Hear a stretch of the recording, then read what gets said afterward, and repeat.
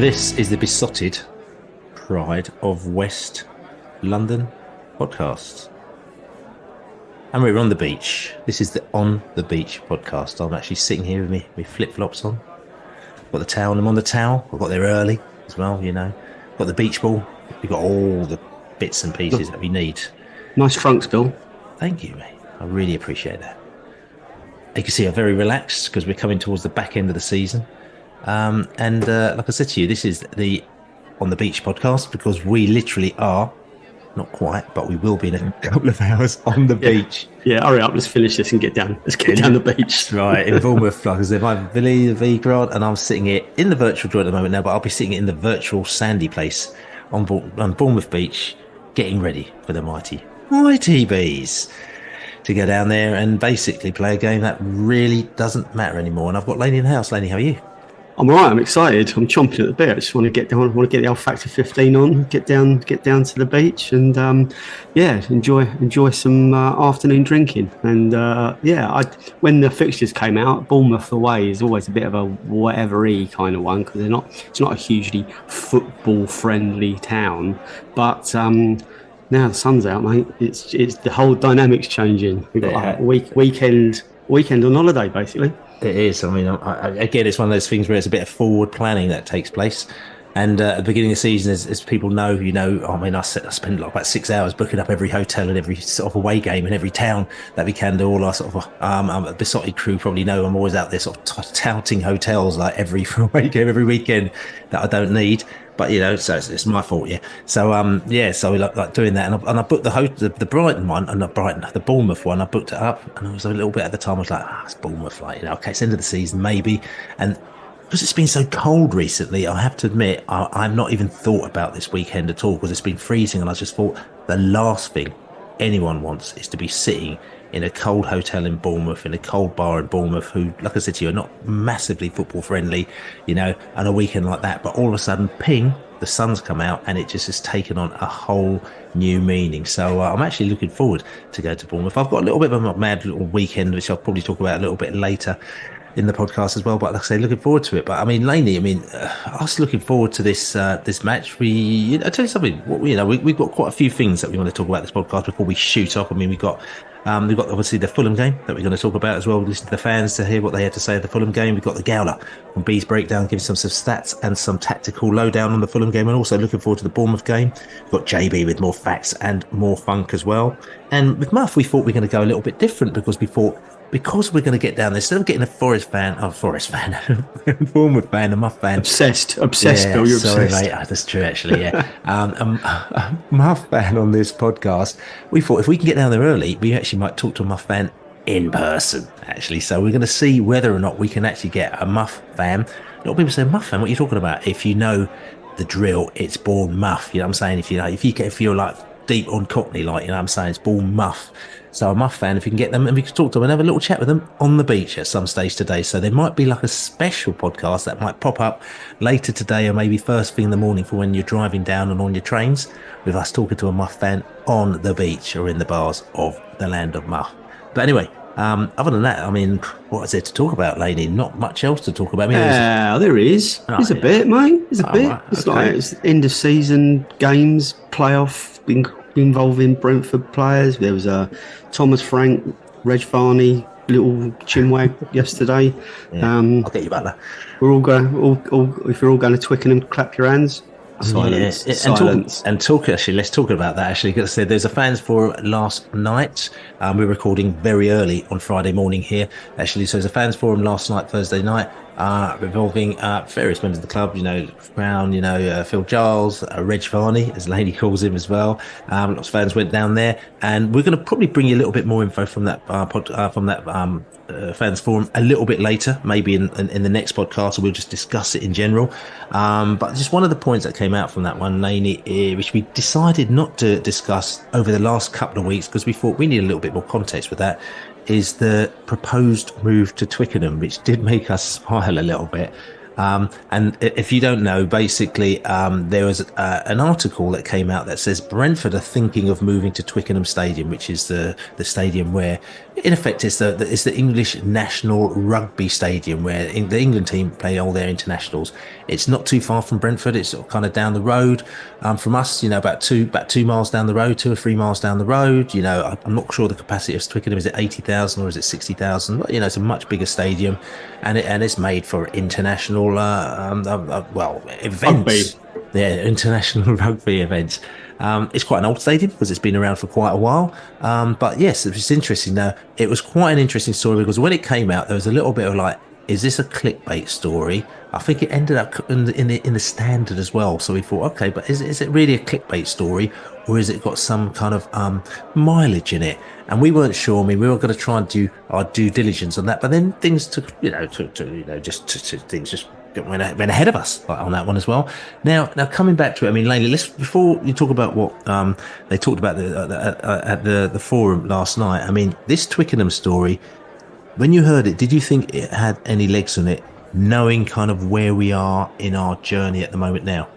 No, not at all. And again, that doesn't mean to say the club, haven't or wouldn't speak to the RFU about possibilities of what would have to be a stadium rebuild. There's no point in going from a state of the art sort of 2022 built stadium to kind of mid 90s concrete dinosaur, which is what the Twickenham Stadium is.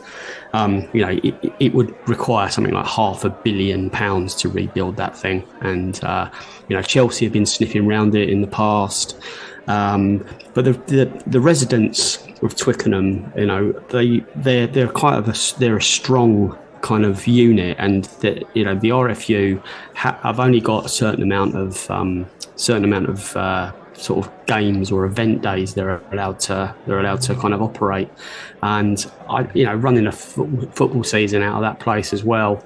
I'm not saying it's impossible, but it's highly unlikely. And it just doesn't sit right. There's people that would laugh. Why does Brentford need 80,000? True at the moment. Why didn't we build a stadium that was able to grow? True. Are we able to expand the GTEC on the line of road site? People say no, but nothing's impossible. You can build over roads, you can make tunnels, you can build over railway lines, you can do a lot. So what's actually possible at our place? And people saying you don't even sell out 17,000 for big games, which is also true at the moment. But that's not to say that a CEO or a board of directors isn't being professional by looking to grow into the future. You'd hope that that was the case. You don't want them just sitting there twiddling their thumbs and not thinking about the possibilities of growth. So yeah, it's an odd one. I'm with you really. I think there's a lot more clickbait than fact to this story, Bill. Yeah, I mean, you say there's a lot more clickbait to that as well, but sometimes they say there's no smoke without fire. It was spoken about at the fans forum, which obviously, like, these are things that to come out at things at the fans forum. And what John Varney did say, he confirmed that they are, I say quotes or no quotes, no live plans to play matches at Twickenham. Now, what exactly does that mean? Because is that kind of shrouded issue? Does that mean that we're not kind of discussing it at the moment now? Does that mean that a plan isn't in place? Does it mean that we has been spoken about in meetings, but we haven't sorted out anything now? I mean, for me, that's a little bit more vague than actually saying we ain't playing in Twickenham. We've never had any thoughts about playing in Twickenham. Now, there's a couple of points here for me, which I think that we need to point out. So first of all, as we know, having supported Brentford for a long, long time, as we keep on telling people, there's a lot of people out there supporting them for a long time.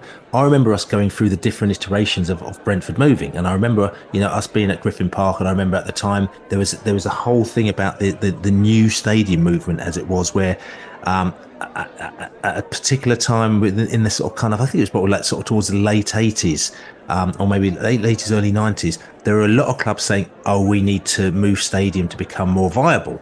And so, at that time, you're sort of thinking, oh, I feel really jealous about these clubs because they're going to be moving to a new stadium and we're not. And we were one of those clubs who thought, actually, we also need to move a new stadium. And then we had this, the talk of moving to Western International Market. And the vision was there for having this bigger stadium. The vision was there for having, I remember having a scoreboard, because we never had a scoreboard at Griffin Park. And I remember, going down there and they were saying, oh, we're going to get a scoreboard at Griffin Park. I remember going down there and chatting to all the people in the office going, when are we going to get the scoreboard? Because for me, that was like the thing. It was like the badge of honor, having a scoreboard in your stadium, and everyone goes, oh my God, that's amazing, and it just kind of never happened. And I was thinking, God, we're going to move into a bigger stadium, we get more fans, and we're going to get a scoreboard, and we're just going to be like the best teams in the world. And that was, the thought when you were sort of kind of a lot younger. At those times, you didn't think about the social issues around football, about the community around it, exactly where you're going to move, the transport issues and everything like that. So I remember I went a bit older, driving around to where it's the Western International Market, and I just thought, oh my God, we were thinking of moving around here. There's nothing around there. It would be a bit of a nightmare. So in a way, I thought it was actually quite a good thing that the plans did fall apart. Then we had the plans of potentially moving to Woking as well, which is a million miles away from where Brentford is. I mean, I know a lot of people come in from that way, so they might say, actually, it would have been good for me. But, for a lot of Brentford fans, it's almost like the equivalent of, Wimbledon, who became AFC Wimbledon, but Wimbledon fans having to move to Milton Keynes, which became MK Dons, which is, it was kind of the polar opposite as to where you are and where your community is and where the club was born. So, you've got these scenarios where Brentford were going to be moving out of their zone. And so we made the decision when we decided to move club that we wanted to keep it in the community, which meant that we had to basically build on some land which is in an area which is actually quite expensive, and it was also quite a small area, which means that our ground was only going to be a particular size. It was going to be quite a small size, and we made the decision to make a ground that was 17,500, right? And quite hard to expand that, because that's what we decided to do. Is it better to have Brentford 15 minutes from the old ground and still you could serve the same old pubs and the same people, the same area, or do we move miles away and have a much bigger ground and pull in much more fans and have much more away fans coming into your stadium? And that was a big question that we asked, and the club at the time said, we don't need a bigger stadium. At the moment, we're trying to build it from 5,000 people to sort of 15,000 regular people. And at the end of the day, we're quite happy with that. The money that we get in from the Premier League will serve us in the Premier League. And if we ever get relegated, we'll still be able to sell out our stadium every week, pretty much. And I thought, well, that's quite an interesting theory. The club has kind of said, we're not going to sell our souls like other people. I mean, there's news of Nottingham Forest. I know you keep talking about it. Have decided, there's plans that they're saying that they're going to now not redevelop the City Ground, which was the big plan, and they're going to move to an out-of-town stadium in Turton, I think it is, for 50,000 people. And the Nottingham Forest fans are up in arms, thinking this is not the plan. And I'm thinking, I'm really pleased that we didn't do that. However, the question I will ask, and I'm going to ask all of you lot, is, are they actually investigating the idea of playing some games at another stadium? And the reason, and that is not an unreasonable question to ask, and maybe the answer that was given, by John Varney was probably kind of like sort of masking the fact that they may be looking to do that. Maybe when they play certain teams and they think, actually, we can actually sell more tickets in this game. Maybe we should play this game in Twickenham rather than Brentford. Maybe if Brentford are looking to get into the cups, we get to the champion, the Europa Champions League or the Europa League, or even, dare I say it, the Champions League. They might say, actually, we need to play these games at another stadium. So maybe these are the thoughts that they're thinking at the moment now, and they're actually sort of planning ahead. Do you think that might be where the thinking is, Laney? And if that is, do you think that's a good thing? Yeah, possibly. The history of Brentford wanting to move stadium or increase the size of the stadium goes back to the mid-30s. Griffin Park was expanded from its old shell in sort of the 1935, and the Royal Oak was built and the new road was built. And when we got promoted into the top flight the first time, the stadium was transformed over the space of the summer, and then they built half the Royal Oak. Then a couple of years later on, they finished the rest of it. So the Royal Oak was built in two sections. There was also talk a little, when we were selling out 35,000 in the top flight, and then there was a discussion. Plans went in to put a second tier, top tier on the new roadside, and it would have taken Griffin Park's capacity up to 50,000. I think it was 55,000 was the, you imagine 55,000 in that little footprint of a bit of land. But that was the plan. And when I first started going, there was talks about going to Brentford Market, then with Western International Market, and then Woking, obviously, no to Woking, and Lionel Road plot came on, and the various iterations, as you said, of that until now.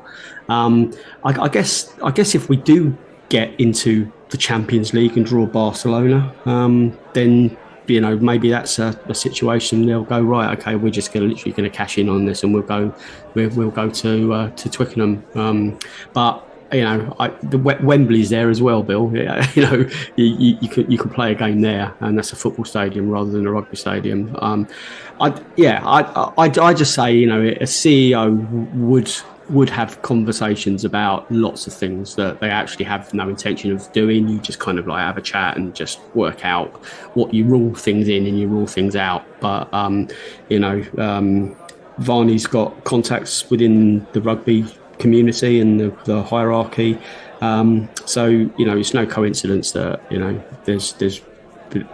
there's probably a network of people that would be happy to discuss that with him, or maybe offer it the other way around. I don't know. That maybe Twickenham are looking for a partner to rebuild the stadium. They're probably tentative talks, and he says if they're not live, you have to trust him on that. But maybe it's a Champions League thing, and they're looking into what would happen if. It's an interesting chat, but I can't see it. I can't see it happening, mate. Can you? Well, the first thing I'll say is that if it is a Champions League chat, I mean, we're actually, to be fair, Brentford are very good at forward planning, as we know. Like, when we're looking at players, we're planning them 2-3 years in advance. I mean, we've got players lined up now. We're looking to get probably in 3 years' time. That's just the way that it starts to operate, which is really, like I said to you, this is like a sign of a very organised club. Now, if we're talking about Champions League, to be fair, they are planning it rather early, because we're not going to win the Champions League till 2087, right? So actually, kind of looking at 2024, it's a lot of forward planning there, but they're fair play to them. For myself, I'm going to be a bit old school about this, and I personally think, tough, if Real Madrid fan come down, then give them 1,800 in the corner, right? I'm saying? Probably for a cup game, you've got to give them a few more. So, like, give them 2,500, right, in that corner over there, right? We don't need any more. We don't need any more sort of kind of fans. We don't need any more sort of kind of sort of tagger-oners coming on. Like, what I'm saying is that we've waited for all our time to come here. So let us play in our small little stadium, and let's just make a lot of noise. I think recently when Liverpool got knocked out of the Champions League, recently, I think the team that they played, I can't remember who they played. Was it Fiorentina? Atalanta. That's Atalanta. Their stadium. Was it the Europa League? Oh yeah, but Atalanta, their stadium wasn't much more than about 20,000, I think, as well. So it wasn't a huge stadium as well. So listen, it can be done, and I just think that we mustn't fall to the god. Money's not our god. If I remember, Cliff Brown said many years ago on the fans forum. So I think that we just got to be a little bit careful and maybe just stick to what our morals are. And listen, if we get to the Champions League and we have to play it at our new stadium here in New Griffin Park, then so be it. Is what I say. Twickenham for me, it doesn't really float my boat. I have to say, it'll feel a little bit alien. It'll feel like not your own stadium. It just doesn't feel like the right thing to do, and it feels like the kind of thing that you do when you stop you start replying to the corporate gods, like you start not being yourself. Like I'm saying, it's like Brentford have their own identity, and as soon as you start doing moves like that, I'm thinking it's not the same kind of Brentford anymore. Some people may turn around and say, well, Bill, things have to move on. You have to evolve. But sometimes, yes, you evolve maybe in certain ways, but other things you have to still kind of try and retain. So I don't know if that 100% does the business for me. The other thing that I will say is we did mention, and we haven't talked about this ever since, we talked about a couple of weeks ago that there was rumours about a American consortium actually being interested in putting some money into Brentford, or possibly even buying us out. Okay, we still need to do a little bit more due diligence than that. And but the question, the word I will say about that is that maybe one of the things, if they were coming in, they're saying, well, actually, your stadium's a bit small. How can we maybe, can we look at a bigger stadium? And maybe they were like, oh, well, actually, we've got Twickenham down the road, so maybe we could play some matches in Twickenham, which will actually make that consortium think, well, it's worthwhile us getting involved. So there may be, listen, we're not spreading rumours here. What we're doing is we're just discussing different possibilities, isn't it, Laney? Yeah. I mean, it does seem a little bit kind of ahead of ourselves. We're thinking we're going down to play Bournemouth with the tiniest stadium in the Prem, and we're probably the arguably the kind of like the two lowest capacity as well. Obviously, you've got Luton in there as well, but we're not in that bracket of attracting sort of 60,000-70,000 fans yet. So. But as I say, to look into the feasibility of expansion if it was needed, you'd expect your CEO to be doing that. You would, and if anyone says otherwise, that's not the way business works, especially in the top flight. We spent so many years thinking small time and having our wings clipped because we were in the bottom divisions, and now we're where we are. The sky could be the limit. And who are we to know what's going to happen in the future? We've had a crap season, but it doesn't mean we're not going to have a good one next year. And the trajectory gets back on track, and we grow year on year. So it's interesting. Doesn't sit brilliantly with me, but that's what I say. Expanding and planning for the future. All good clubs do that.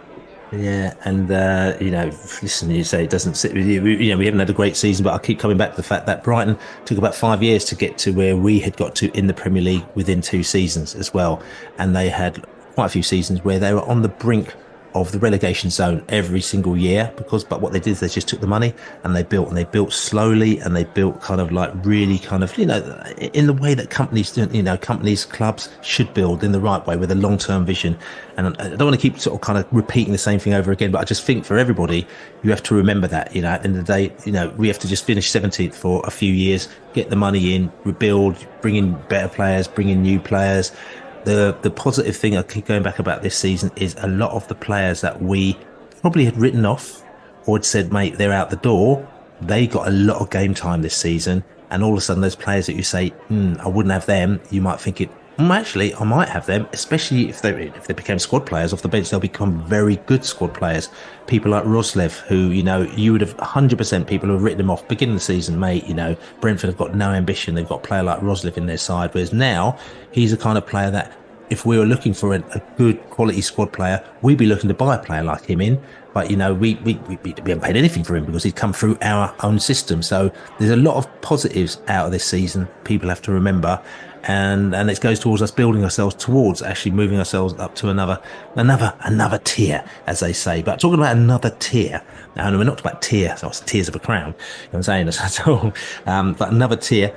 2 teams are looking to move themselves up to another tier from Division 1, from the first Division 1, whatever you call it. The names keep on changing to me, but you've got 2 teams who are looking to meet themselves in the playoff final at Wembley on the 18th. 4:15 kick-off in the afternoon. You have got Oxford versus Bolton Wanderers. I think, why the hell are they talking about Oxford and Bolton Wanderers? I mean, those are the 2 teams that we used to play years back in the day. I mean, I'm just going to do a little bit of reminisce, Laney. Oxford. I mean, do you remember going to Oxford? I remember the last time we went to Oxford, actually. Do you remember we were sort of standing in that side stand? We took over that whole side stand. Oxford was quite a strange. I'm talking about actually, you went to the new stadium, the Kazan, but I'm talking about the old Oxford Stadium. The Manor Ground. The Manor Ground. The stadium which had all those like dodgy alleyways just behind the stadium where you used to get chased down there by all the Oxford fans. Do you remember that? Manners. I do. That was my first ever Brentford away game. Oxford away, Manor. Yeah. It was I think it was a Tuesday night. It was like, it must have been end of season. It was warm, we won 1-0. Jim McNichol scored with an absolute thunderbolt of a free kick, like was his trademark. So Jimmy. Yeah. So that was my first ever away game, Oxford. Yeah, Bolton less brilliant memories, although we won there over the bank holiday in the build up to getting promoted to to the championship. that was a bank holiday fixture away, wasn't it? Bolton, that was part of that, and then built up to the Fulham 4-0 and all that kind of stuff. Yeah. If I remember rightly, it's a long time ago though, Bill. It was a long time ago indeed. But I mean, we talk about that. Oxford. I think it was at the Oxford game as well. I remember going to a night game in Oxford, and I remember getting the train back to Ealing Broadway as well on the night train. Then I got the bus, the 237 bus, or the whatever bus it was, from Ealing Broadway to where I lived in Acton as well. And I met this character.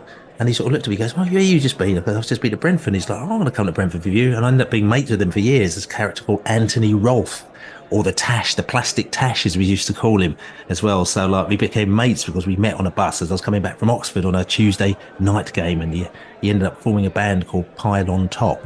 And my band New Direction used to play. We played at what's that school in Acton? I can't remember. I'm on Reminisce anyway, like, you know. And Bolton, I want to talk about Bolton as well, because we played Bolton, and we were meant to be sort of one of the last teams to play Bolton before they got, you know, their massive demise. They were in the Championship, and we were in the Championship, and I think it might have been the season that we were going up. And I remember we went up on the train to Bolton. And then the game got called off because they didn't have enough players to fulfil the fixture. I mean, that's proper grassroots football. It is. I mean, I had that scenario a couple of weeks ago with my Panthers team, where we were about to play a game, and then also they just rang us up saying, sorry, Bill, we haven't got enough players to fulfil the fixture. You can have the 3 points. And you're like really annoyed because you're like really set to play the game. You know, you've got the parents set to play the game. You're set. You've got the players all set, and then it gets called off. How annoying that is for grassroots football. How much more annoying is that for inverted commas real league football, where you've got all the fans going up to Bolton, getting ready to go to Bolton match. We've all gone up there, we've got the trains ready, we've got hotels booked and everything like that, and then all of a sudden they say, sorry mate, you know, you can't, there's no game on because we haven't got enough players. I remember we went up to the game, me, Ristic, a few other characters as well. We actually went to the ground, and there's security guards that are sort of stopping people from coming in. And I think I did a little video where I sort of went in there and I sort of interviewed the security guard, saying, mate, can I come in, please? And he's like, no, you can't come in because there's no match. Do you remember that one, lady? Yeah, we got the points for it, didn't we, in the end? Yeah, that's what I'm saying. We got the points for it. Points make prizes, don't they? We ended up going to Chorley in the end, which is actually quite a good laugh. We went to Chorley playing I don't know, Bradford Park Avenue, which is one of the old school football teams. So that was it was a bit of a good day out in the end, but it was quite bizarre. Yeah. So they're playing each other at Wembley, basically, for a place in the place in the Championship. Champions League. Yeah, and that's why we need to move to Twickenham. Well, I mean, Bolton moved from Burnden Park to their new stadium. You know, do you remember the supermarket they built on the away end? So it was a tiny little place. Anyway.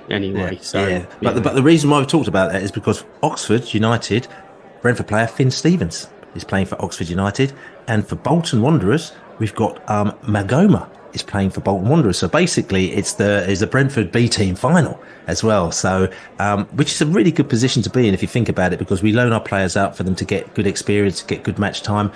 We talked about it, I think, on last week's podcast, where some of our players haven't quite got the match time that they wanted to. You know, we've got about Ola Kiki is down at Peterborough. I mean, they got to the playoff semi-final. I mean, he's not even featured for them. He got sent off quite early on. He's played a few matches, and I think he's just completely out of favour. I think that's sort of kind of their manager. He can be hot and cold, so maybe that's a scenario there. If we've got a few other players as well, you know, Pert Harris has got promoted with Pompey as well, as we said, and I think he's come out the back end because initially he wasn't doing as well as he should do. But obviously Oxford and Bolton being in the playoff final is kind of where you should be, and where I'm going to put a little barometer is when we were looking at Brennan Johnson. When we look at Brennan Johnson, when we were ahead of everybody else on the game, we were looking at him when he was on loan at Lincoln. We actually went in for him when we was on loan at Lincoln from Nottingham Forest in the League One playoff semi-final and final, and so that's kind of where we were at. And so what we've now done is that we've put our players into a situation where it's kind of a Brennan Johnson type scenario, where they're actually playing for teams who are doing really well. They're at the playoff final and they're actually performing really well. I mean, the Bolton fans are like saying, Montgomery's terrible. Don't take him back because you don't need him. But they obviously think he's brilliant. And obviously Finn Stevens in defence is also doing very well as well. So this can only be a good sign for the future. Laney, don't you think?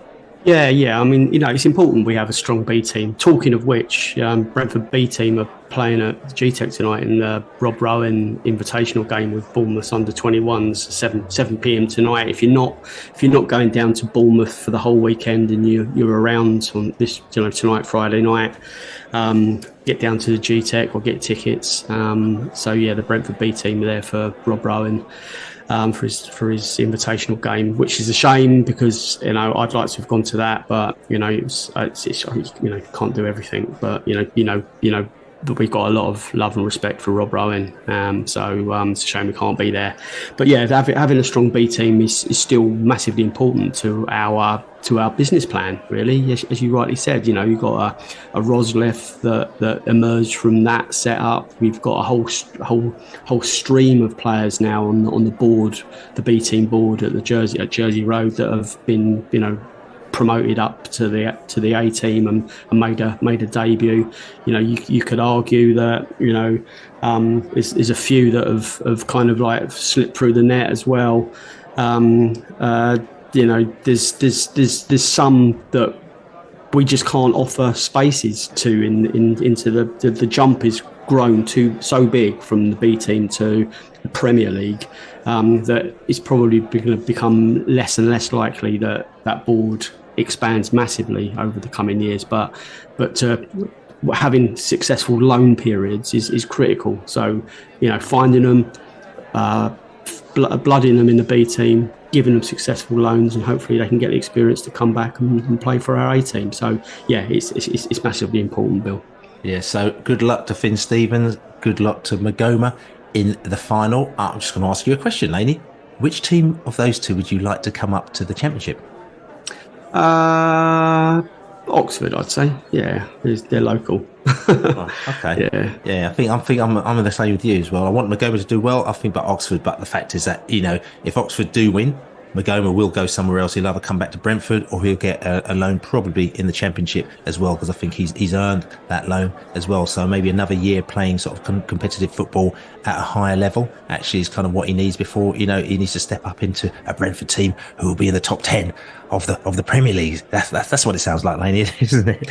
Yes. So this is all good. So anyway, listen, just final thing we're going to talk about, we like to talk about the run into the season. We could talk about that with great ease now because we're not involved in any of this relegation shenanigans. Not really interested in that top 4 or top 5, top 6 malarkey. Just looking at the bottom, okay, big games. Nottingham Forest are playing Chelsea. Luton are away to West Ham and Burnley are away to Spurs. Now, the feeling is that, last weekend, it was kind of a bit of a done deal. I think Forest got the result that they needed, or Luton didn't get the result that they needed, and so it kind of is making it a little bit harder for them. But then you never know, because this is a massive weekend this weekend, isn't it, Laney? Yeah, it's huge. I agree. I think the Forest victory at Sheffield United, that got them really over the line. I count the chickens, and there's still an opportunity for things to kind of like flip. But you're looking at teams that just can't win. Luton needed to win. On Friday night against Everton, they didn't. They didn't look like they were a Premier League team, to be honest with you. We bashed them the week before. They just looked flat. They looked like they were, just a plucky FA Cup sort of fourth round team. They don't look like they're a Premier League team at this stage, and they just haven't been able to buy a win, for love nor money in recent weeks. So, not as many as they need. They need 2 or 3, on the trot. We pulled 2 consecutive victories out of the bag, and a string of points, and we got enough. No one else is doing that. Burnley, they had a fairly decent run recently. If they'd have won at Old Trafford a couple of weeks back, then you give them a sniff. But Tottenham away, no, not really. Tottenham have got too much coming forward, you would imagine. And then, but the final game of the season, Burnley are at home to Forest. So if it's still undecided after this weekend's round of fixtures, then it's a huge game at Turf Moor, and that would be an amazing atmosphere. But I think we've spoken about this a lot. You can criticise Forest for what they've done and cheating and their attitude to lots of things, but this what they've got to pick from is too strong. You know, they look the strongest of that that bottom three that can escape, and they probably will. There's too much talent there. They're too good to go down compared to the other two. Right, yeah, okay. And talking about Nottingham Forest, it was also Nottingham Forest 1, Aston Villa 0 last night. And a lot of people, what were you talking about, Bill? It's like, I know, Olympiacos actually just beat Aston Villa in the Europa League, so they knocked Aston Villa out. And if you know, Olympiacos are actually owned by Nottingham Forest owner, Marinakis, as well. So you've got Forest, he used to get a load of players from Olympiacos and throw them into Forest. And Mark Warburton turned them all back because for various reasons. We won't go into that anyway. But anyway, so Olympiacos won, not Villa 0, which is Nottingham Forest 1, Villa 0. So they got one win this weekend, which is all good for them. But anyway, we've talked quite a lot about other stuff other than the mighty Bees playing at Bournemouth at the weekend. We're going to go. I was just going to go off and get my shovel, my spade, a little shade and a little bucket. Actually, we're going to come back and we're going to talk Fulham. Fulham came to New Griffin Park. And I could say the game was probably not what we were expecting. But then on the other hand, the game was probably what we were expecting. They didn't have much to play for. We didn't have much to play for. We tried to pick ourselves up before the game, but it wasn't really happening. And the game kind of sort of fizzled out into a 0-0 draw. I mean, a lot of people say it'd be a disappointment here. You know, they could have picked themselves up. Two teams that weren't quite good enough in the final third. There are other people that say actually it was quite a tactical masterpiece, you know, and there were some interesting things happening on the pitch as both managers tried to outdo each other. I mean, to be fair to them, they didn't kind of sort of sit back and say, actually, we're just going to go for the draw here. For the loss, we actually tried to go for the win. At one stage, we were taking players off and throwing players up further up the pitch and everything like that. But it just wasn't to be, was it, Laney? No, it was a pretty much of a damp squib of a West London derby, wasn't it? I say on the fans package that it was, you know, the worst West London derby we've seen since we've been up at this level. We all expected a little bit more. We hoped for a little bit more, but I wasn't really surprised, if I'm honest with you. And I said to you fairly early on during the game, it's got 0-0 written all over it, and I was just relieved that they blazed that shot over the bar towards the end of the game. That should have been the match winner, and then we come out of there like losing. Instead of booing one player, the rest of the team probably would have got booed as well. But it wasn't a great watch, and but you can argue that it was kind of to be expected, really. I wanted to be a bit more entertained than that, but that's the way it was. 0-0 to point. There was nothing really of any note during the game to get too excited about, was there, Bill? No, I mean, you're saying booing one player. You just sort of glossed over that, lady. What do you mean? Yeah, well, there was some. I mean, I where we stand in the West End, I could hear booing during the second half, and I couldn't hear the songs, but apparently there were sections of the crowd booing Ivan Toney's performance, people singing "Ivan Toney, we want you to go," and yeah, there was some quite kind of vociferous objections to Ivan Toney, his performance, and some people said after the game, you'll hear it, that he didn't look like he was interested. He looked like he was literally more than on the beach. He was on the beach at another club. He's playing for the summer now.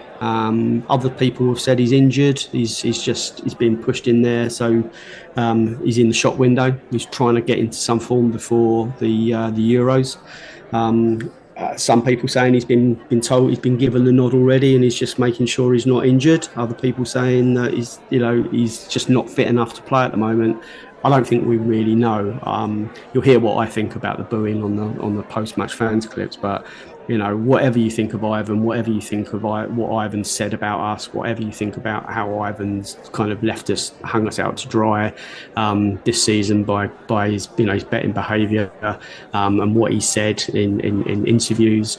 The famous, fuck Brentford in Dubai, the no one special comments on YouTube, whatever you think of all that, but booing is not a great. It's not a great look if that's if you can look at a sound, but you know what I'm saying. He's only got 2 games to go. I'm personally not sure that, I think he deserves more respect than that for what he's achieved for us. But that's not to say people aren't entitled to express themselves. It's just as I said, it doesn't sit right with me in this situations, but I don't know what you think of it, Bill.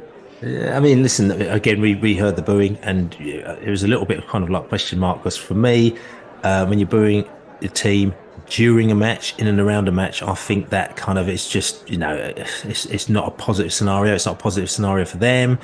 Psychologically for the players, you're thinking 1 minute you're trying to get them to get a result, and the next minute you're doing the booing. I understand some people that might boo maybe after the game, especially if somebody's done something really stink. They've done something which isn't quite right, and I think this is our way of expressing ourselves. But during a game, halfway through the game, it's a little bit. Sometimes it could be a little bit kind of. I don't know. It's again, it's one of those things where remember where you're coming from, and remember what we've done and over the years and how long we've got to get there. I know a lot of people still say we don't care about that. It's about now and the future and the future. But it's kind of like, well, we're actually not in a bad position, to be quite honest with you. And yes, if you are booing a particular person about what he's doing, maybe there's other ways that you can express yourselves, and at other times, so, but listen, it is what it is. It was done. People have spoken about it. I think the positive thing about it is that we weren't in a situation where this match was crucial. And if you've got scenarios like that where mismatch is crucial, because you need everyone behind you, backing you at that point. And I think that if we were in a situation where we needed to get 3 points against Fulham and we didn't quite get it, it could have actually got quite ugly as well. And I think there would be more than boos around that stadium at that time. So I just think, just looking back on it, it wasn't great. But it could have been a lot worse. Just coming back to just talk about the fans, Laney. I mean, you're saying that the fans were discussing this. Let's go over to the fans to hear exactly what they had to say immediately after that Fulham match. I enjoyed the away game a lot more than I enjoyed the home game. Before the game, I thought we might lose it. Happy with a point. We haven't lost the derby. We haven't won it, but we haven't lost it. Hoping for a big team performance against our local River Rat rivals. They weren't quite there. It felt like a pre-season friendly, not much in the first half. Look at the stats. Fulham looked like the better team, low quality. We tried to give it a go in the last 15 minutes, went almost 4 up front, couldn't quite do it, but it does seem a little bit like we're on the beach. Yeah, it was just a bit too casual and everything. Tony looked a bit off it. I really respect what Tony's done, to be honest, with the club. It's amazing, but it just seemed a bit kind of off from him. And then I don't know, it was just, you kind of it's a derby. You kind of expect a bit more fire to the team, and I just didn't see it. I didn't see it today. The only thing you really take out, we didn't lose. So we didn't lose to them, but I don't know. There was no real intensity first half. Bit more of it second half, but 2 teams who, without much to play for, and even though it was a derby, it just wasn't there, really, was it? It was just, it was disappointing, because obviously, as fans, we're hoping they're going to be a bit more up for it and a bit more intensity than that. But we didn't lose. Maybe just end the season now. I don't know. There's not much more that you can expect from a game like today. I know it's derby day, but neither team's got anything to play for. You don't want injuries, and then you're out for the summer, isn't it? Really. So both teams, I think, you want to play easy. There were moments when it was end to end, but yeah, definitely nothing exciting. It was just nice to come into today without the fear that the result we were dependent on the result. I'm going to go past the dressing room anyway in a minute. If the windows are open, I might say poo, poo, poo, poo. And hopefully they can hear when they come out of the showers if they're washing themselves after not breaking sweat. Yeah. We got 4 points over the Fulham, the full scum this season, and that's all that matters. It was flat. There was lack of energy, lack of purpose, lack of cohesion, a lack of Tony, as what a lot of people would say. As I've got to put it out there, I understand why people boo Tony. I understand that, because football's emotive. But to boo your own player to me is just not necessary, because all you're doing is fueling the fire for Fulham and the Fulham players. But I can understand why they were booing him, because he did look disinterested today, and his last 2 or 3 games have not been great, and so I can understand that. But me personally, I wouldn't boo a Brentford player. Tony really showed today that you don't give a tuppence. That he was walking around like it was like, ooh, he had no energy. The ball went past him, he didn't even bother with it. So Tony's got to go, and wherever he's going to go, good luck to him. They can have him. But the Bees today, they just didn't pull it out the bag. The whole game was flat. You know, it's a West London derby. We've got nothing else to play for this season apart from that West London derby. Kudos. You know, we've gone to Stamford Bridge and beaten Chelsea. We've kind of drawn them at home. We've gone to like Crane Cottage and beaten Fulham. This is about kudos. It's about West London derby, and you want to see players fight for the ball, win for the ball. You want to see players like enjoying the game, and basically when you saw the 2 players in terms of like Damsgaard and Lewis Potter come off, and you still got Tony on the pitch. He was walking around the pitch like he didn't want to be there. His mind was somewhere else. As much as I wanted Brentford to win and score, at the same time I thought, I really hope Tony doesn't score, because he didn't deserve it. People were chanting, you know, we want Tony out and we want you to go. People were chanting that because I think, you know what, he's in Brentford history, he will go down as a major part of getting us up to the Premier League, and for that we applaud him and we thank him, and he will go down as a Brentford legend, as your Dean Holsworthville and other people. But at the same time, yes, of course, we all know he wants to go, he wants to move on, but show some respect when you're on the pitch. Right, show some respect, show some commitment, and give your all. We know he's on his way out. We know that he's only got 2 or 3 games to go. Booing him today, it didn't sit right with me. Boos ringing around the G-Tech, the optics are awful, and I'm not saying that everyone that booed is wrong, but it doesn't sound good. Today it was the worst West London derby we've seen, but we beat Fulham 3-0 on aggregate, and we beat Chelsea on aggregate, so West London is ours, Bill. West London is ours. There you go, fans giving their thoughts on the Fulham game.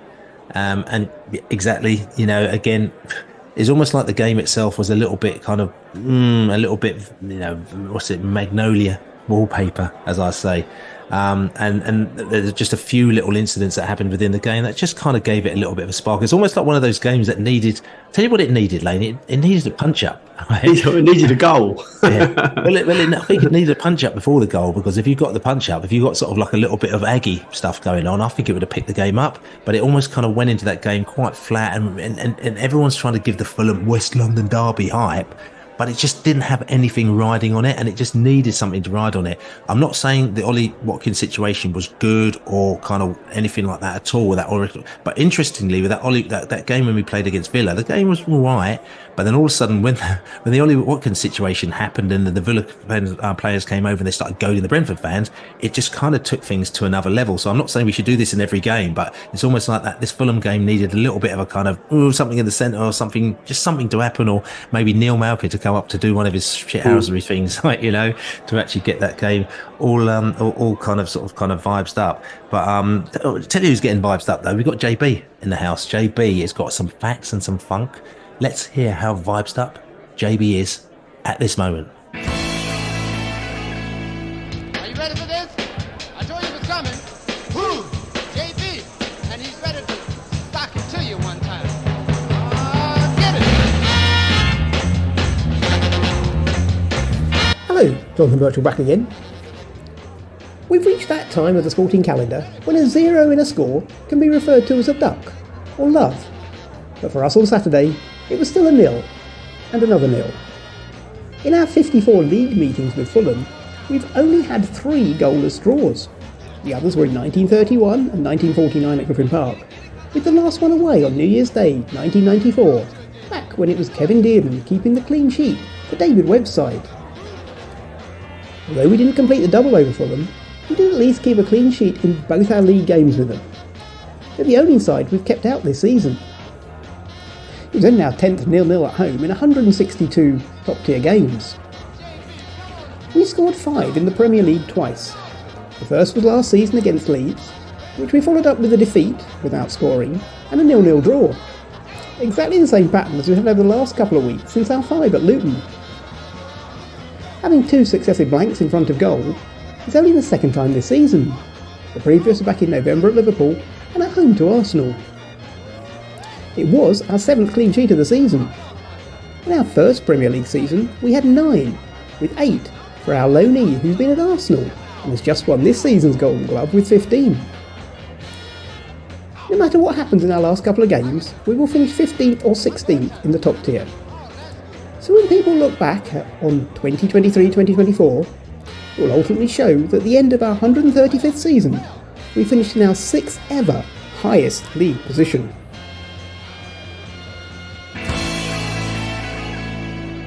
So there you go, JB, facts and funk. And we've got one more JB before the end of the season, and then there's something. We've got an end of season podcast that we're going to be doing. We need to program that in, and I think if we get JB on, we might have to have a facts and funks. Maybe we'll have a facts and funk quiz on the end of season podcast. Actually, that'd be quite good. Actually, we've got JB probably sitting there writing the questions right now as he's listening to this. So. Which is all good. That Fulham game. I'll tell you something. I don't know if I've got much more to say about this Fulham game because it was so veneer. You know what I'm saying? It was just it was just really bad, lady. Tactically, we're going to go over to the Gowler, right? The Gowler is Bee's breakdown. He's going to give us the statistical and tactical lowdown on Brentford in that Fulham game, and also he's going to look forward to the Muff game at the weekend. Hey, this is Jacob Galler with Bee's Breakdown. So for that Fulham review, Brentford routinely created overloads on the wings and then used Tony to drop centrally to help progress the ball. The Bees man marking also helped create some chances by just forcing Fulham into making some poor passes, which actually led to recording 16 interceptions, which was the 3rd most for Brentford this season. But the Bees just couldn't really take advantage of these sequences. I thought some standout players for the Bees included Reguilon, who ended with 4 shot-creating actions and finished with the most progressive passes. And then also hats off to Pinnock and Collins for limiting Muniz to only winning 2 of 8 aerial duels. And that's just an impressive feat for how physical Muniz plays and how much Fulham were targeting him too. And finally, other than recording his 7th clean sheet, an encouraging statistic for Flecken was completing 15 of 20 long passes, and it was his 2nd best passing performance of the season. Alright, so for that Bournemouth preview, they're currently 10th in the league, which is around where the underlying numbers suggest. They have one of the lowest average passes per defensive actions, which just suggests that they have a coordinated press, and I think their press is really interesting because it typically initiates in the middle third, which tends to give Brentford trouble, but they're also very susceptible to opponents' high presses, which plays into one of Brentford's strengths. And Bournemouth are another team that's going to send in a lot of crosses. They've completed the 4th most crosses into the box. They also lead the Premier League in throw-ins taken, showing that they like to use their width and isolate players on the wing for 1v1s, having also attempted the most take-ons this season. They also have one of the worst aerial duel win percentages, which might mean that Thomas Frank opts to bypass their press completely with a hefty amount of long passes, so we'll see how he ends up dealing with them. So the Gale are giving us lots of stats, lots of tactics. Just talking about Brentford, we were effective at creating goal-scoring opportunities from counter-attacks, but we were poor at finishing. We played with width and attack down the right-hand side. As for Fulham, they created goal-scoring opportunities for individual skill and from counter-attacks, but they were also poor at finishing. They attacked through the middle. They had a high shot frequency in possession and favoured crossing the ball. Interesting on that one, actually, because they had 15 attempts to our 7, but they had 11 attempts from open play, whereas we only had 2. And interesting as well, the top-rated players, according to WhoScored.com, was Diop with 8, quite a good score there as well. And then it was Flecken, interesting, it was 7.7. So Flecken was actually given the second highest rating, according to WhoScored.com. Then Nathan Collins, Iwobi, and Ethan Pinnock. Do you think that was fair, Laney?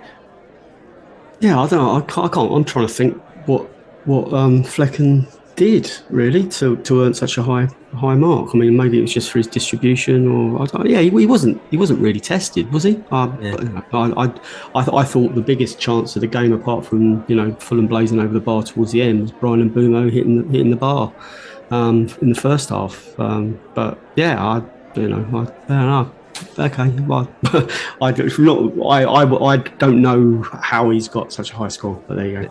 And interestingly, I mean, as opposed to, I mean, you've got who scores, the besotted global player of the match, which is done by the Tasmanian Bee, David the Tasmanian Bee Genford, who's back in Tasmania at the moment now. He's done his trip to the UK, a big old trip to the UK in Europe, and he's back now in the Tasmanian zone.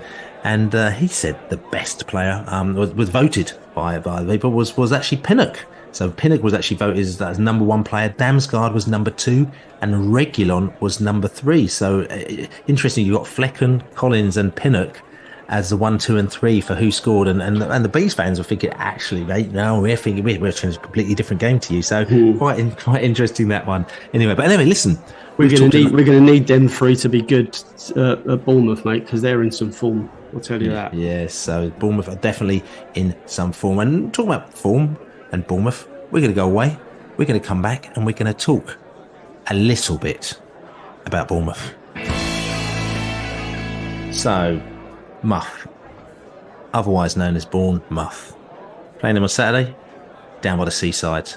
A match that doesn't really mean much for either side, but obviously both sides would like to win, because the higher you finish in the league, you get a little bit more money. You get a few £1 million here or there, and that could buy you another player or another B team player or something else, or give your friends some free travel or something like that. So it'll be quite nice to get 3 points down at Muff. But as you said, Laney, it's going to be a tough one. Tough at Muff, isn't it? Yeah, it is. I mean, their recent form is a bit up and down, but they played Arsenal and lost 3-0 last week. Week before they'd beaten Brighton. We know how difficult that is. Won away at Wolves, and they got beaten at Villa. So they seem to be a little up and down, but there seems to be goals in them at the moment, especially at their place. They drew 2-2 at home with Man United, which actually probably looks quite a bad result, to be honest with you. Everyone's battering Man United. So yeah, they're in good nick, and they're in the top 10. They're above. They want to stay above Brighton. Brighton are down to 11th in the league, and they're able to catch West Ham realistically, so in 9th place. So that would be an incredible season for them. The similarities between Bournemouth and Brentford won't be lost on people listening to this. The similar sort of size and the unfashionable nature of the clubs, really. So for them to be doing what we did last season, yeah, fair play to them, and I'm expecting us to have a really tough game tomorrow. Yeah, and interesting. I mean, their manager, Andoni Iraola, as well. When he came in, with Gary O'Neill was manager there, and a lot of people say he was unfairly sacked, and he ended up going to Wolves. And Bournemouth decided to bring somebody else in, and a lot of people are saying, "What you done that for?" But to be fair, it seems to have worked for them. It seems to work best for all parties as well. I mean, Bournemouth, just looking at where Bournemouth are, their strengths are and their weaknesses are, Laney. Bournemouth, they're good at counter-attacking. They're also good at long shot opportunities, and they're creating chances through individual skill. They're good, which is not good for us, coming back from losing positions and also creating scoring chances. Where they're weak, though, they can keeping possession of the ball, finishing scoring chances, protecting the lead, and they're very weak at defending against through ball attacks. They like to take lots of shots. They like to attack down the left. They like long balls. They like to attempt crosses often, and they are aggressive. Us going into the game, I'm going to ask you, do you think we are beach ready, or do you think we're going to go there guns a blazing? Oh, I hope we go guns a blazing. Yeah, I mean, a big performance after last week. There'll be a very loud away travelling support from London tomorrow. A big performance would be perfect, and then we can hopefully finish off by beating Newcastle at our place on the final day. So yeah, I'm looking for a bit more than we did yesterday, but it's a battle of the Solanke versus the Ivan Toney. Is the way Sky will probably be tipping this game to go. But they got some good players, Sinisterro, we know from Leeds, and Justin Kluivert. There's some good players they got in their team. So we're gonna have to be on our sort of best behaviour. And it just quickly, any major changes you expect, or are we just going to go for it again? I mean, again, Ivan Toney's in the side. A lot of people saying that he's injured, he shouldn't be in the side. There's an argument to say that there's certain players that might have been sacrificed for him. You may be talking about Lewis Potter. You're talking about maybe bringing Wieser out. To try and sort of crowbar players in. Do you think what we're doing is the right thing at the moment now? Or do you think they might have to flip it up a little? Well, if Ivan Toney's no fitter than he was last week, and he's got no speed, then Wieser's got to play up top. I have to say, Bryan Mbeumo, of course he starts, and Lewis Potter out on the left. You'd expect him to be there based on what we saw last week. So yeah, it wouldn't surprise me if there were changes. It also wouldn't surprise me if there weren't any. But at the back, I think we're going to have to be really tight. I don't know if we go 5 or 4. I assume it's going to be 5. So that's the big question, isn't it? Whether if Ivan's not got any more oomph in him for whatever reason than last week, then I don't think he should start. Okay, so you're saying that Laney gives a score prediction? I'm going to go for a 2-2 draw. Okay, I'm going to go for a 1-1 draw as well, down by the sea, Vale de Sunshine. So listen, this is the Besotted Pride of West London podcast. If you're down in Bournemouth, come and hook up with us. We're going to go down by the seaside. We're going to be on the beach. We're going to do the bar on the beach. There's also another little bar. Can't remember the name of the bar actually. The character owns as well. We'll have to put it out there as well. We're this guy from music. I think he's from Hanwell. He started the Hanwell Hootie, and he started a little bar down in Bournemouth as well. So I think we might pop down there as well, which might be all good. There's loads of bars for us to go to as well, isn't there? Oh God, I don't think anyone needs advice to find a pub in Bournemouth. No, That's right. As long as it's not that one by the sea where they said... the Harvester. That's it. Boscombe, yeah. No football fans. No football fans allowed, actually, which is like a real cheers, though, isn't it?